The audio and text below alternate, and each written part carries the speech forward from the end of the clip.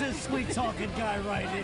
Hey now, welcome to Fox Fight Game. I'm Mike Straka. Hello, thanks for watching The Real Deal. I'm Mike Straka. For now, Mike Straka, FoxNews.com. Welcome to the MMA Experience. I'm Mike Straka. Welcome to Fighting Words. I'm Mike Straka. Long-time MMA insider Mike Straka. What's happening? Do you think if you were younger, would you consider the mixed martial arts game?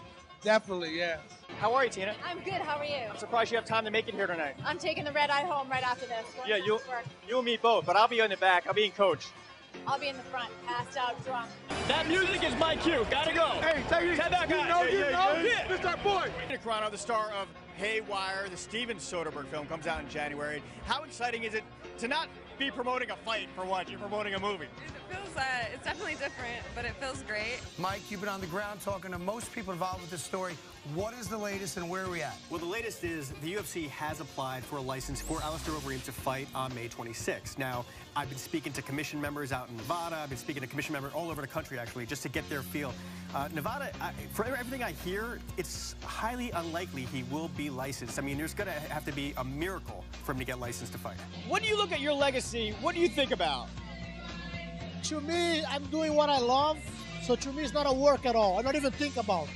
It's like I'm the happiest man alive. I do only what I love. I think last night at the press conference was the first genuine smile I saw from you in like the 5 months leading up to this fight. How happy are you to have that belt? I'm happy. I'm relaxed.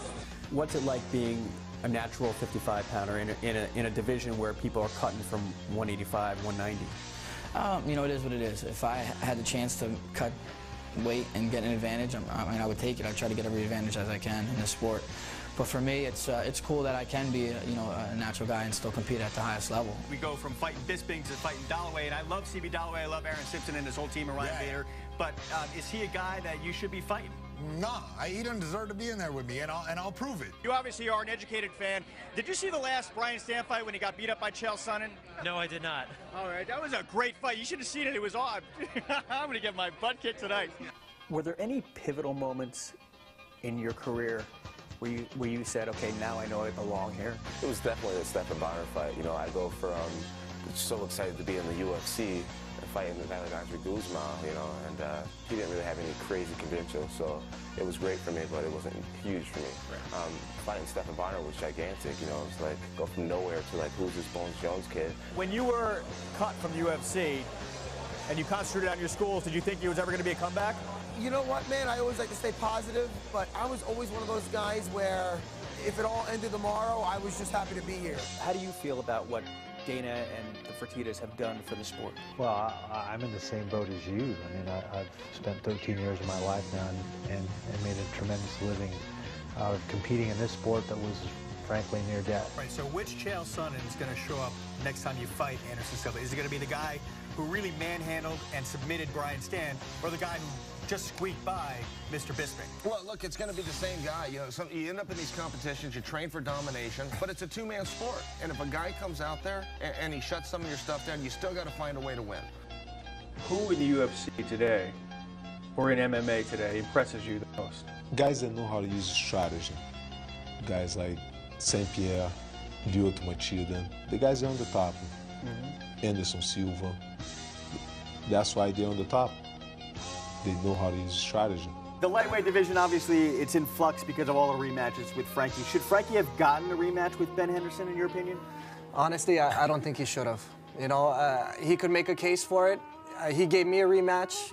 He had to give Gray the rematch because they had a draw.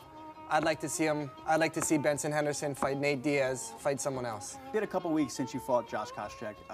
Do you think you won that fight after watching that fight over again? Yeah, I think if you take away that, that eye poke in the first round, he came with some heavy blows. I pushed the pace. I hit him with some good shots. Good job on that, Mike. Obviously, both guys great fighters, both guys great wrestlers. What's the one thing you took out of spending time with both those guys this week? Both those guys are very confident. Daniel Cormier has improved in every aspect of his game. He's going into this fight very confident, but Josh Barnett has the most to lose and the most to prove. He needs to win this fight. He needs to be in the UFC, and he wants to win a UFC belt.